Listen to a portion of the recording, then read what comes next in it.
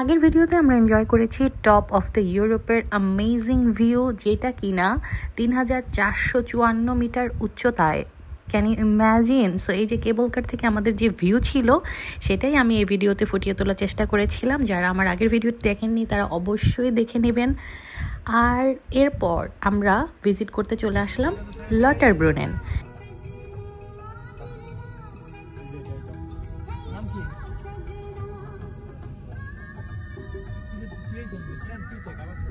আচ্ছা, গাড়ি আগে পার করো। পিছনে ছিল তো পার্কিং এটা। এই যে পার্কিং। আমার এই ভিউ দেখে অলরেডি বুঝতেই পারছেন লটারব্রুনেনের সব থেকে অ্যামেজিং যে ভিউ পয়েন্ট, সেই স্টাউবাখ ওয়াটারফলের সামনে আমরা চলে আসছি। আর এই ভিউটা দেখার জন্যই প্রতি বছর অনেক অনেক ট্যুরিস্ট সুইজারল্যান্ডে বেড়াতে আসে। আর এইটা দেখে বুঝতেই পারছেন 297 মিটার উচ্চতা থেকে এই ওয়াটারফলটা কত উঁচুতে।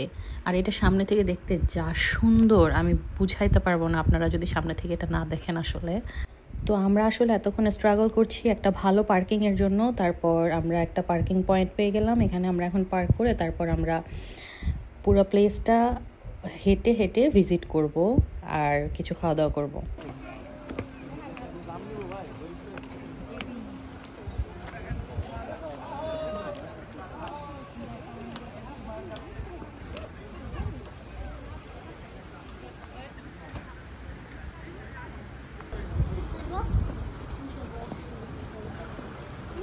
I said that as well.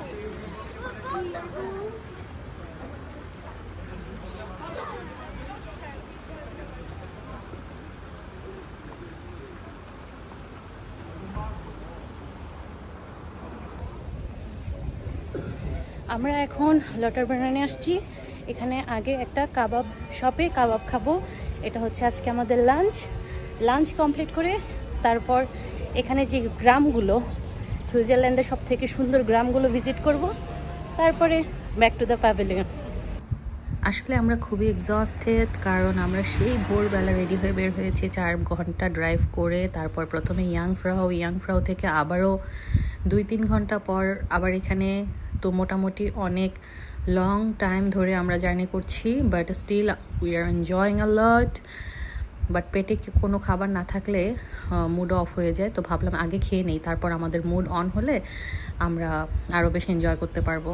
তো হালাল খাবারের সন্ধানে আছি এবং আমার হাজব্যান্ড বললো ওরা আগেরবার এখানে আসার পর একটা ভালো কাবাব হাউসে ওরা কাবাব খেয়েছিল, যেটা কিনা তার্কিশ একটা শপ ছিল। তো আমরা এখন ওই কাবাব হাউসটাই খুঁজছি, তো যেখানে আমরা তার্কিশ হালাল খাবার পাবো। এখানে অনেক ধরনের রেস্টুরেন্ট আছে, সো আমরা যেটা খুঁজছি আগে দেখি ওইটা পাই কি না। ওইটা না পেলে অল্টারনেটিভ কিছু একটা খুঁজবো যেটা হালাল।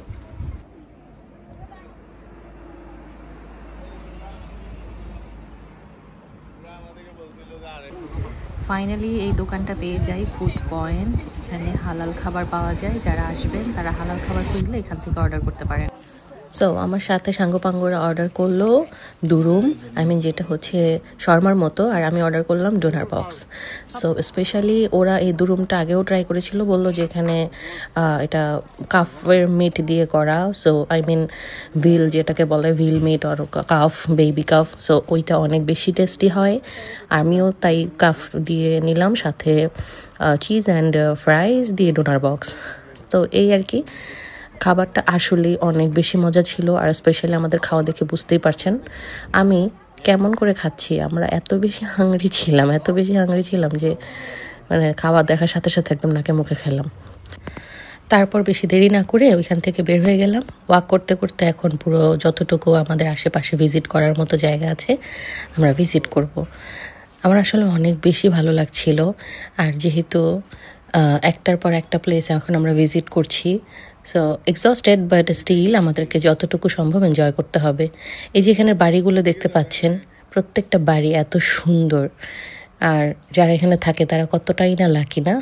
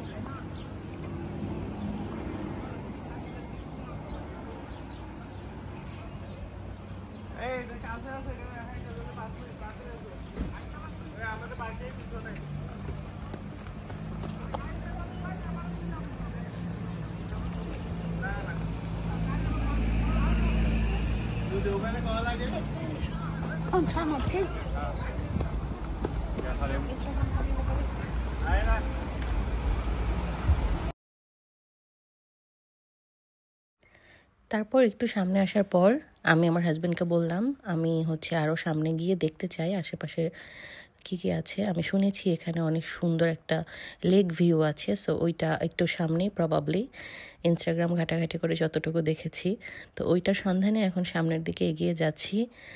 আর মানে ওরা বেশি লেট করতে চাচ্ছিল না, কারণ এটার পরে আমাদের আরও একটা ভিউ পয়েন্টে যাওয়ার কথা। বাট স্টিল আমি যেহেতু এই লটারবার্নেন আসছি, লটারবার্নেনের কী কী দেখার মতো সেটা তো আমাকে দেখে যেতেই হবে।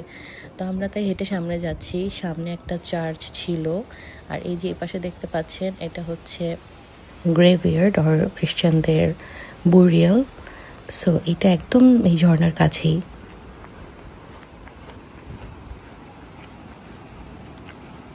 হ্যাঁ,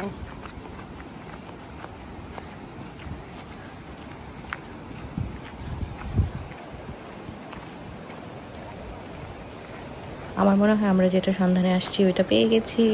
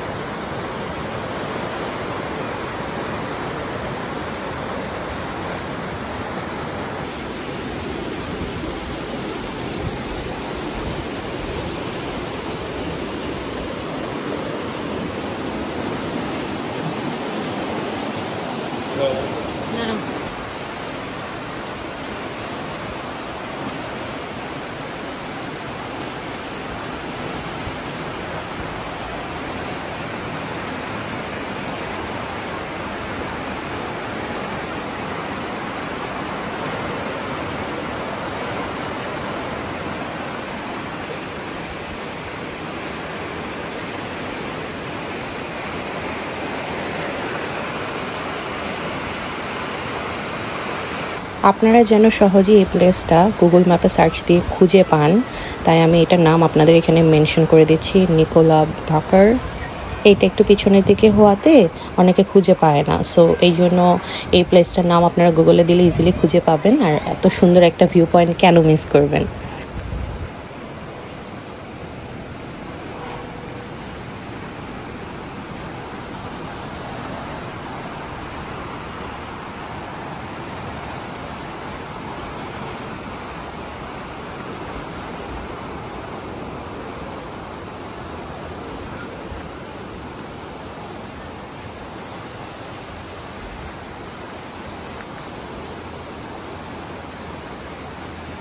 এটা মনে হয় এটা তো স্টেশন ভাবি ওই যে ওই ট্রেন স্টেশন যে স্টেশন দেখেন না, হ্যাঁ এটাই মনে হয়, এটাই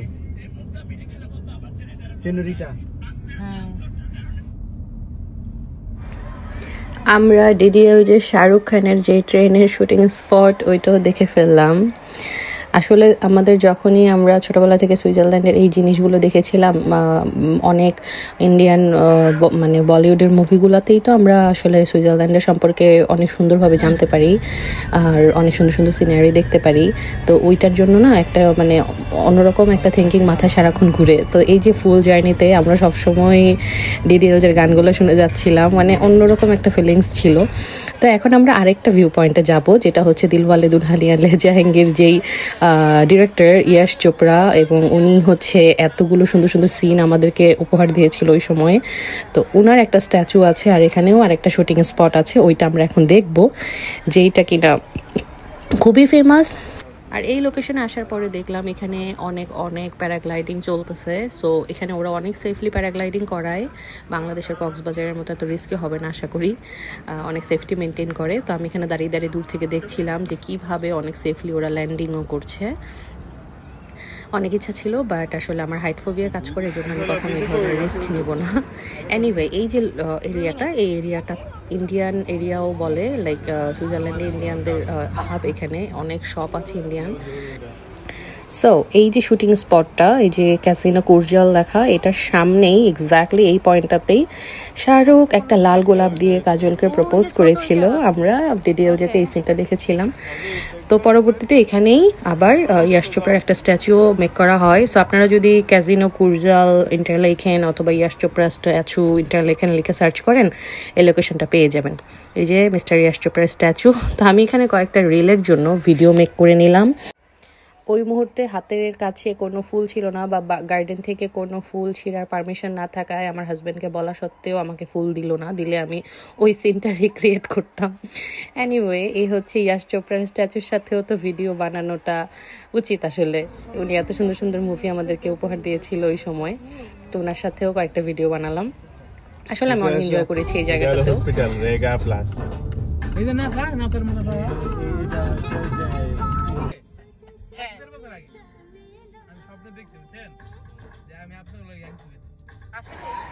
আমরা আজকে এই দুইটা লোকেশনের ভিডিও আপনাদের সাথে শেয়ার করলাম, কিন্তু একই দিনে আমরা আরও একটা লোকেশন ভিজিট করেছি। আমাদের সময়ের স্বল্পতার কারণে একদিনে যতটুকু সম্ভব আমরা ততটুকু ঘুরবো, ওই রকম নিয়ত করেই বের হয়েছি। তো আমরা এখন পরে যেই লোকেশনে যাচ্ছি, ওই লোকেশনটা আরও বেশি সুন্দর, আরও বেশি ফেমাস একটা লোকেশন।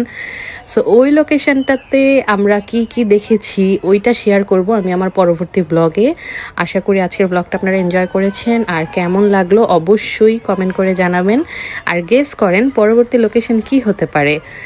তো আশা করি সবাই ভালো থাকবেন, আর আমার ভিডিওর সাথেই থাকবেন। ভালো লাগলে লাইক, কমেন্ট, সাবস্ক্রাইব করবেন।